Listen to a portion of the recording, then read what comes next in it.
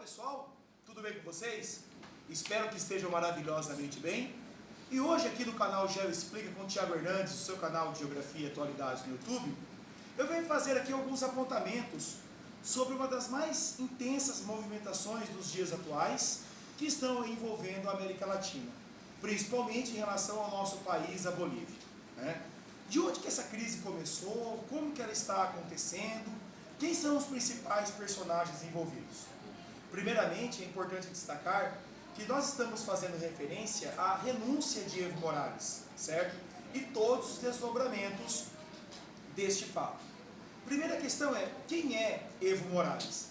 Evo Morales, até então presidente da Bolívia, desde o ano de 2006, ele é um representante, uma liderança indígena, certo?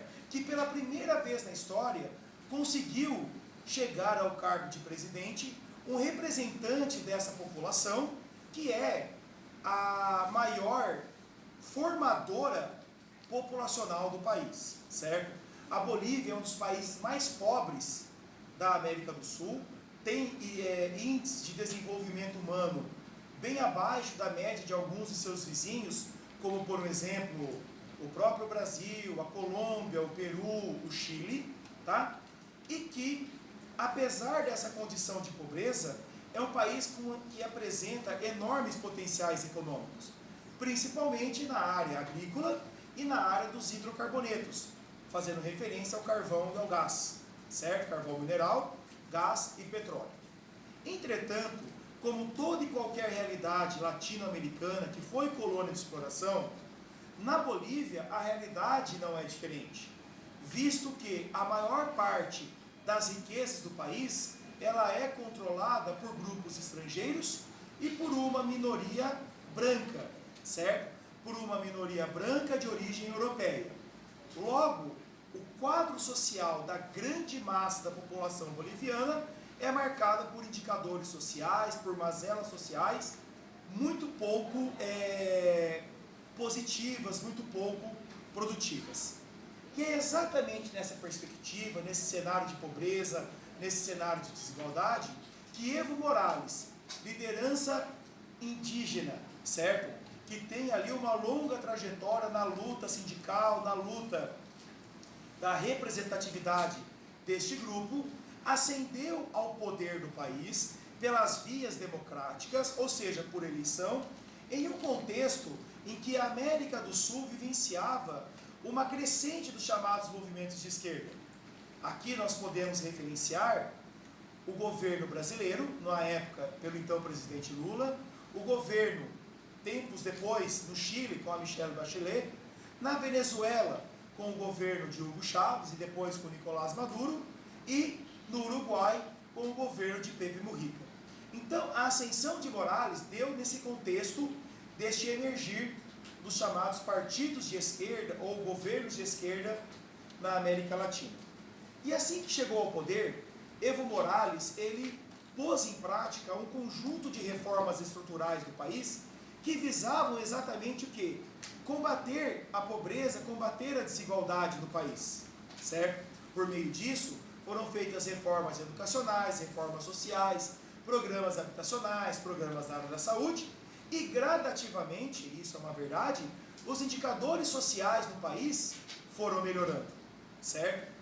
Paralelo a isso, de onde que veio o dinheiro que financiava essas políticas? Para obter esses recursos, o governo de Evo Morales pôs em prática uma outra promessa de campanha, que era a estatização dos hidrocarbonetos, certo?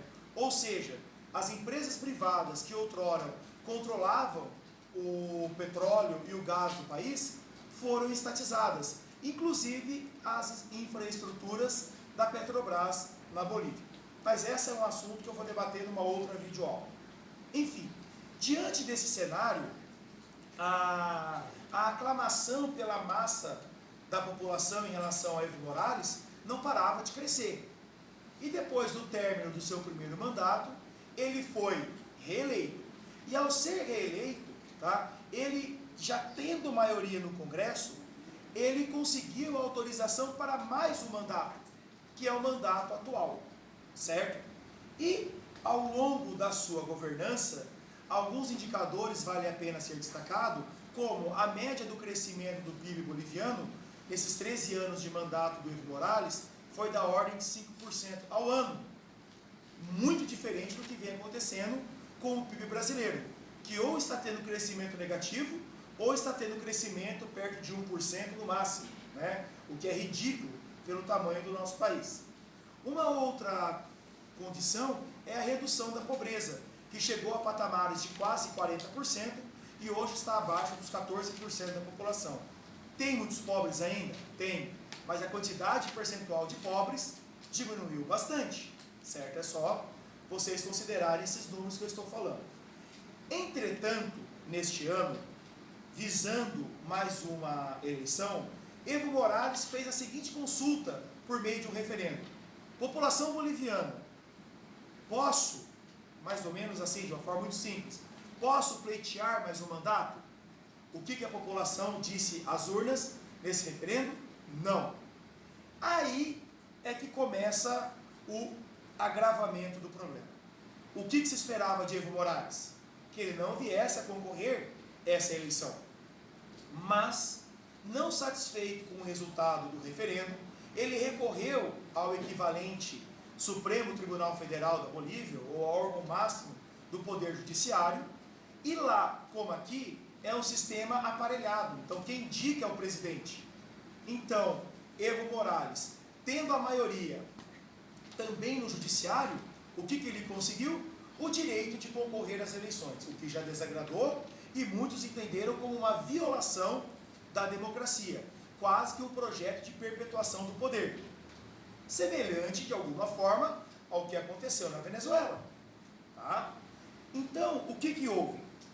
Durante o período eleitoral, Evo Morales sempre esteve na frente, mas nunca nenhuma pesquisa levava a sua vitória direta em primeiro turno. Só que de uma forma muito, entre aspas, surpreendente, certo? Evo Morales vence em primeiro turno.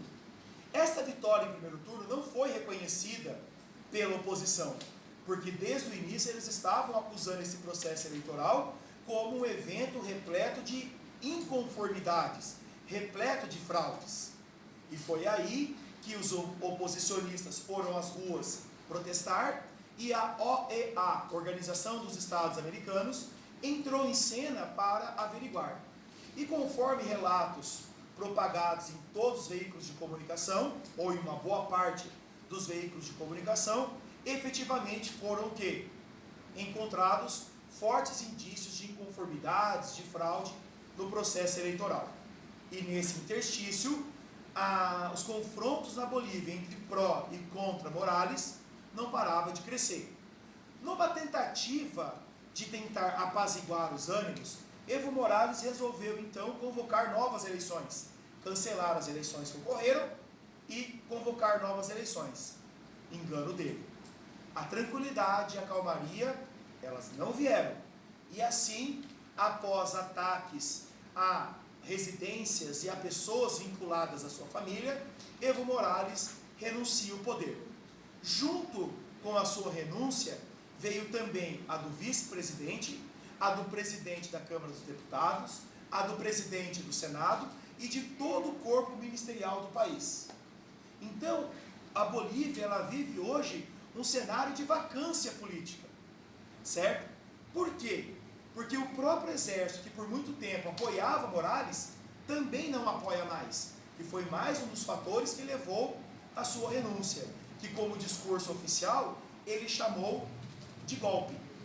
Se foi ou se não foi, esse termo golpe tem que ser usado com muito cuidado, porque o golpe em si, ele pode ser feito de uma forma política dentro da lei, ou pode ser por uma forma que venha a infringir a lei, certo? Termo esse que vem acompanhando aí a história recente da política brasileira, principalmente no âmbito federal, que eu vou debater numa outra oportunidade.